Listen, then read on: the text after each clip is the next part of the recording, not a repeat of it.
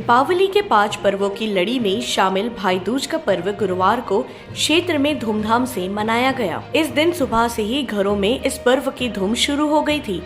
बहनें अपने भाइयों को तिलक लगाकर उनकी लंबी आयु की कामना कर रही थी और भाइयों की ओर से उन्हें उपहार भेंट किए जा रहे थे।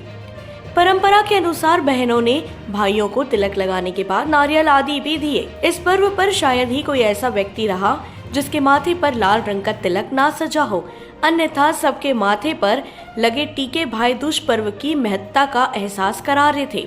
परिवार के जहां बड़े सदस्यों ने इस पर्व की परंपरा को निभाया, वहीं छोटे छोटे बच्चों ने भी इस पर्व का रंग खूब देखा गया। बहन भाई के अटूट प्रेम का प्रतीक भाई दूज का पर्व जिले भर में हर्षोल्लास के साथ परंपरागत तरीके से मनाया गया।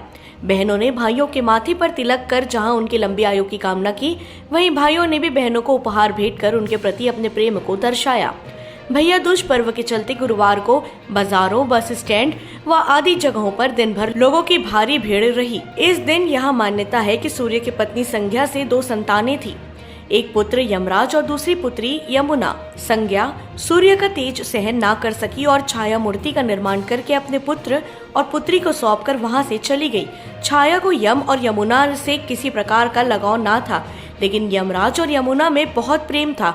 यमराज अपनी बहन से बहुत प्यार करते थे, लेकिन ज्यादा काम होने के कारण अपनी बहन से मिलने नहीं जा पाते थे।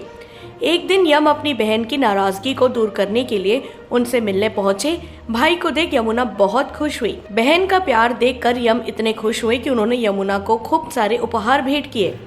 यम जब बहन से मिलने के बाद विदा लेने लगे तो बहन यमुना से कोई भी अपनी इच्छा का वरदान मांगने के लिए कहा। यमुना ने उनके इस आग्रह को सुनकर कहा कि अगर आप मुझे वरदान देना चाहते हैं तो यही वर दीजिए कि आज के दिन हर साल आप मेरे यहाँ आएं और मेरे आतिथ्य स्वीकार करें। इसी के बाद हर साल भाई दूज का त्योहार मनाया जाता है। फरसगांव से रामकुमार भारद्वाज की रिपोर्ट।